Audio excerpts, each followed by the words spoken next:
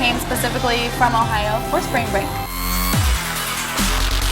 When you come from Tennessee, Georgia, South Carolina, any southern state, Daytona Beach might as well be the south of France to these people. The way I've always described Daytona Beach to people is it reminds me of somebody who fell in love with a hooker and is trying to turn her into a lady. She's always going to be a whore.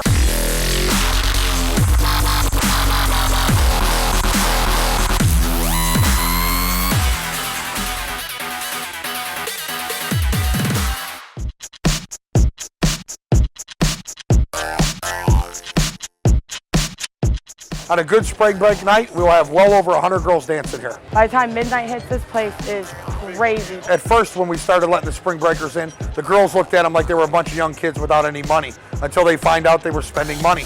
And now they embrace it. And the unique thing about it is if you look at the age group, our average dancer is a girl in her young 20s, late teens. I've had girls say they've walked out of here with $2 grand. I mean, crazy off the hook amounts.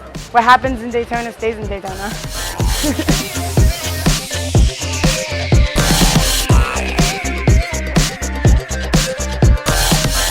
Daytona is just the Vegas of Florida because it's like so trashy as it is that people come down here for spring break, leave all their morals at home. You go to bed one night and you wake up and there's an extra 200,000 people in town, so the place just explodes.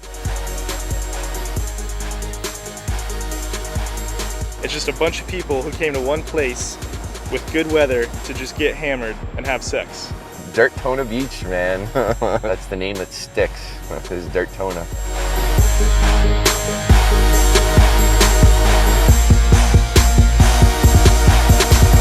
If you spend 5 minutes in a hotel room during spring break, you have to wonder all the atrocities that are going on. All the hotel room doors are open, there's a beer bong in every room, people having sex as loudly as possible, belongings everywhere, like people just left their shit and they're down on the beach. It could be like a whale that just washed up on the beach and is decaying and smells like shit. If there's people around it, they'll flock to it and they'll get hammered by it. These two girls were totally going at it right on one of my mop sinks, and I literally walked in. I was like, are you women serious? Do you realize what I put in that sink?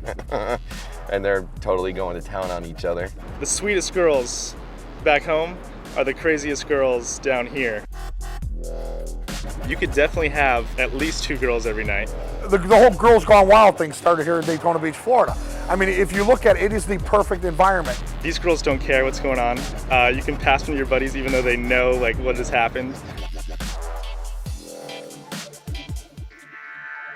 It's a really great town to be a drug dealer because everyone's on drugs. You know, everyone's a customer.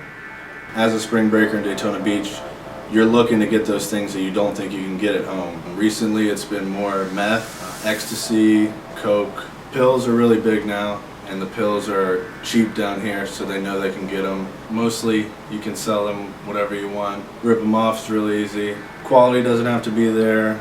Sometimes you can just take the money and run. Sometimes you can give them a bad bag, a lot of cut, bad weed, tell them it's good weed. Hook them real easy because they don't have a lot of options when they're on vacation.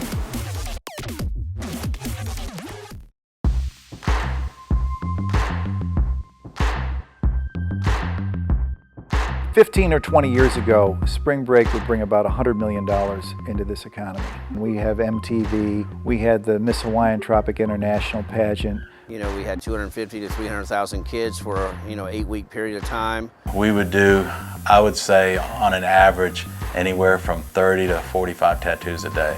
It was really good for everything, you know, all the way down to gas stations and restaurants, and I don't see where all the problem, you know, what they tried to say was such a big problem.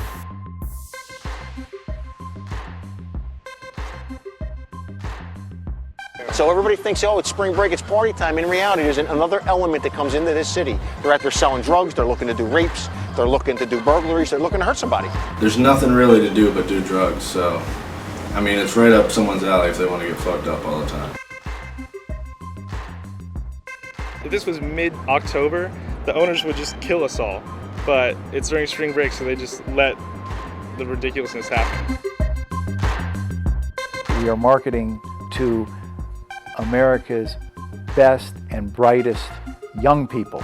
I don't see what the problem is. They want to make it this pristine, clean, clear, no vacationers, no whatever, family town. They didn't replace it with any business.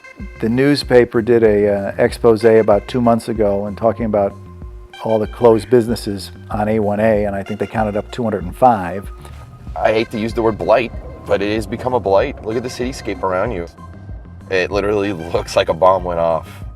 This town could be something again. I want it to change for the better. I want to go back, not necessarily to what it was, but I definitely want it to aspire to be something better.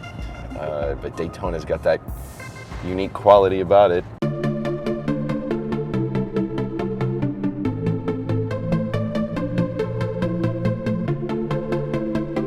The college students really took a bad rap in a lot of ways. We are still a spring break destination. More spring breakers are starting to come back. Every year there's more and more. Embrace the kids, come down, let them have fun. I mean, that's what this town's known for. If spring break was to ever class it up, I think it would lose the element of freedom.